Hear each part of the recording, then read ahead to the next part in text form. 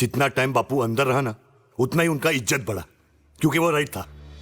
मुन्ना भाई एमबीबीएस तो देखी होगी आपने, जहां मुन्ना भाई एमबीबीएस महात्मा गांधी से इंस्पिरेशन लेकर चलते हैं। अब वही रवीश कुमार अपने एक वीडियो में बोलते नजर आए कि राहुल गांधी बिल्कुल महात्मा गांधी जैसे निडर पॉलिटिकल लीडर हैं। अरे रवीश जी, किस बात को लेकर आप भी कह रहे हैं? देश के स्वतंत्रता दिवस जैसे बड़े पर्व पर तो वो दिखाई नहीं देते। सिर्फ स्वतंत्रता दिवस की ही बात नहीं है, वो किसी भी बड़े पर्व पर नजर नहीं आते। कोर्ट कचहरी और इंटरनल इश्यूज में फंसे राहुल गांधी को महात्मा गांधी से जोड़ना कितना उचित है? नमस्कार, मैं हिमांशी, स्वागत है आप सभी का द पैम्फलेट में। कुछ दिनों पहले रवीश कुमार ने एक वीडियो रिलीज किया जिसमें वो सबसे पहले तो बुलेट पर एक अलग ही विश्लेषण करते नजर आए। रवीश कुमार ने राहुल गांधी और तेजस्वी यादव को क्रेडिट दे दिया बुलेट को कम माचो और कम स्टड बनाने के लिए। रवीश का कहना है कि बुलेट की सवारी करके राहुल गांधी ने उसी बुलेट को हसीन बना दिया। ये सुनने में ही इतना क्रीपी लगता है कि क्या बताएं। बुलेट को मारिए गोली।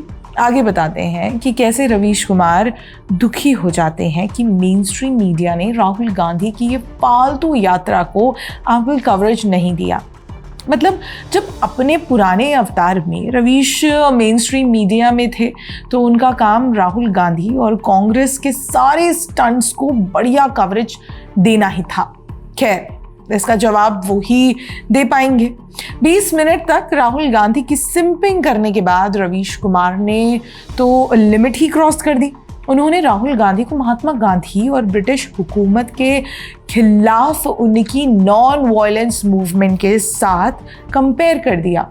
रवीश सबको याद दिलाते हैं कि इंडिपेंडेंस मूवमेंट के दौरान नेहरू 9 साल तक जेल में रहे, लेकिन वो ये नहीं बताते कि 1923 में जब नेहरू नभा जेल में थे तो 2 ही हफ्तों में उनको अपनी प्रिविलेज्ड लाइफ याद आ गई थी और बॉन्ड साइन कर दिया था कि वो कभी नभा में फिर से नहीं आएंगे।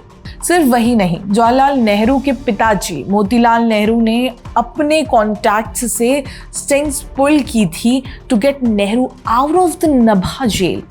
रवीश कुमार, आप हिस्ट्री याद दिला रहे हो तो ये क्यों नहीं कह रहे हो? रवीश कुमार फिर अपनी ऑडियंस को ये समझाना चाहते हैं कि राहुल गांधी को फर्जी कोर्ट केसेस में जेल करने की साजिश की जा रही है। But here is what he does not tell you. 2023 में Rahul Gandhi was convicted in the Modi surname defamation case. 2019 के जनरल इलेक्शंस के वक्त एक रैली में प्रधानमंत्री मोदी पर निशाना साधते हुए राहुल गांधी ने मोदी सरनेम पर डिस्टेस्टफुल कमेंट पास की थी। राहुल गांधी ने कहा था कि सब मोदी सरनेम वाले चोर क्यों होते हैं। बता दें कि प्रधानमंत्री Modi belongs to Ghanchi community which falls under OBC. Rahul Gandhi की ऐसी टिप्पणी से उस वर्ग के साथ और डिस्क्रिमिनेशन हो सकता है। मेंबर ऑफ पार्लियामेंट होने के तौर पे राहुल गांधी को रिस्पॉन्सिबल होना चाहिए। He was convicted because he hurt the feeling of a community. Modi से नफरत करते करते राहुल गांधी ने एक पूरे समाज को ही चोर घोषित कर दिया था। रवीश कुमार जी, क्या इस तरह ओबीसी कम्युनिटी पर निशाना साधना ठीक है आपके हिसाब से?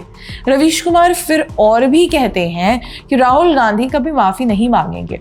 शायद रवीश कुमार कभी मेमोरी फोगी हो रही है।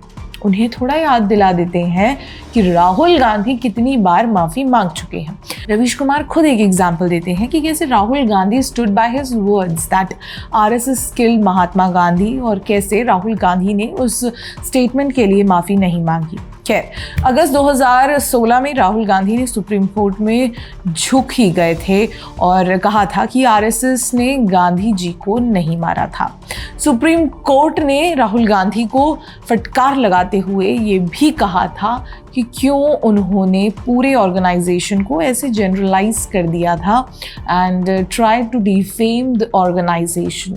2016 में उरी सर्जिकल स्ट्राइक के बाद राहुल गांधी ने पीएम मोदी पर खून की दलाली करने का आरोप लगाया था। उनके स्टेटमेंट पर बहुत क्रिटिसिज्म मिला तो राहुल गांधी को क्लैरिफाई करना पड़ा कि वो सर्जिकल स्ट्राइक को सपोर्ट करते हैं, सिर्फ आर्मी का पॉलिटिक्स में यूज करने पर एतराज है। याद दिला दें कि पुलवामा टेरर अटैक के बाद जब इंडिया ने बालाकोट में सर्जिकल स्ट्राइक की थी, तब भी कांग्रेस ने स्ट्राइक्स पर प्रूफ मांगा था। तब उनका आर्मी के लिए रिस्पेक्ट कहाँ जाता है। सिर्फ यही नहीं, 2019 इलेक्शन के पहले राहुल गांधी ने चौकीदार चोर है करके कैंपेन चलाया था to claim there is a scam in procuring Rafale jets. एक बार तो उन्होंने ये भी कह दिया कि सुप्रीम कोर्ट भी कहती है चौकीदार चोर है।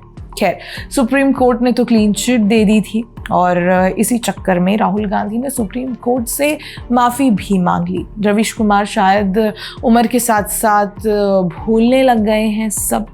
देखिए, गांधी सरनेम होने से कोई महात्मा गांधी नहीं बन जाता, और अगर इतना ही रिस्पेक्ट है महात्मा गांधी से तो Congress as a political party ही डिसमेंटल कर देनी चाहिए। आफ्टर ऑल महात्मा गांधी भी यही चाहते थे। गांधी जी मानते थे कि कांग्रेस का मकसद केवल आज़ादी दिलाना था और आज़ादी मिलने के बाद पार्टी को खुद को ख़त्म कर देना चाहिए था और समाज सेवा, राष्ट्रहित में नई ऑर्गेनाइजेशन के ज़रिए काम करना चाहिए था। पर यहाँ मतलब साफ है कि गांधी जी की नज़र में सत्ता की राजनीति कांग्रेस का अंतिम लक्ष्य नहीं होना चाहिए थी, लेकिन कांग्रेस ने उल्टा वही किया, सत्ता पर कब्जा जमाए रखा और आज भी उसी नाम के सहारे राजनीति कर रही है।